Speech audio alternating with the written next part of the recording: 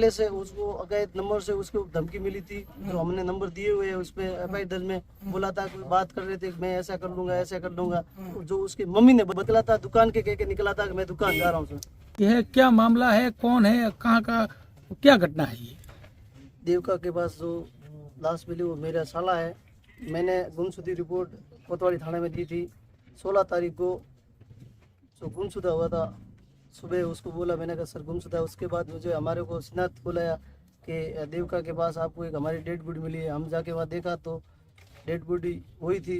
उसके बाद वहाँ जाके देखा तो वो सिनात ऐसी लगी कि उसकी हत्या की गई है। अज्ञात लोगों का वहाँ जो गाड़ी के जो कोई भी गाड़ी जो थी उनकी टायर मिले हैं जो घूमने वाली। एक वहाँ पानी की बोतल रखी हुई थी, बिस्किट रखा हुआ था।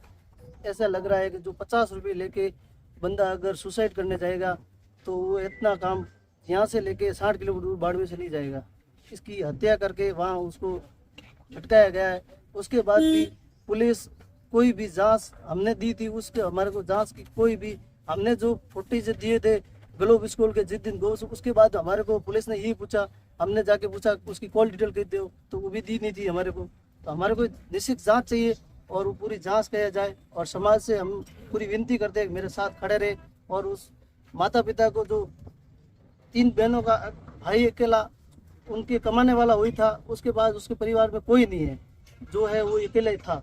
उसके बाद जो उनकी समाज से मैं हाथ जोड़ के विनती करता हूँ हमारे साथ खड़े रहे और उनकी न्याय दिलाए। घर में क्या कह के निकला था? घर से निकला था, दुकान के कह के निकला था कि मैं दुकान जा रहा हूँ सर।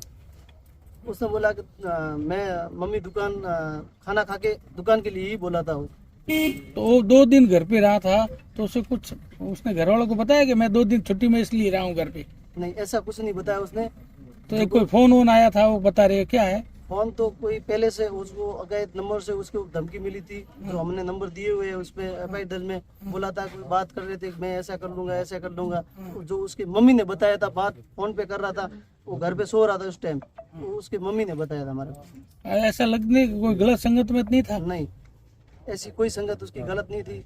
और स्टेशन रोड फुटवेयर में 1.5 महीने से काम कर रहा था, जहाँ उसकी अभी तक पगार ही वहीं पड़ी। उसने अगर ऐसा होता तो वहाँ से पगार लेके जाता, वो अभी तक उस सेठ के पास पगार 1 रुपया भी नहीं लिया। ये बताया कोई मैसेज वैसेज आए, कोई पैसे 50,000 रुपए मांगे थे? वो तो हमने जो सोशल मीडिया पे जो एक डाली थी गुमशुदा रिपोर्ट, उस पे मेरे को कोई नंबरों से मिली है कि आप नरेंद्र चाहिए तो 50,000 रुपये दो।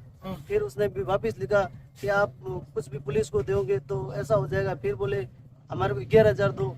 अब बाद में बोला अगर पैसे नहीं भेजोगे तो बाद में पछताओगे। ऐसे मेरे पास उसकी व्हाट्सअप 60 है। तो पुलिस ने खुद उनका पता किया है? नहीं, मैंने वो पुलिस को उस टाइम ही दे दी थी, वो जो 60 आई थी उस टाइम, उसके बाद पुलिस ने कोई कार्रवाई नहीं की तो थी। अब क्या आगे का कार्यक्रम, क्या रणनीति क्या है आपकी? हमें अंत्या है कि उसकी हत्या की गई है, इसकी निश्चित जांच हो और उसको परिवार को न्याय दिया। ठीक, क्या नाम है आपका?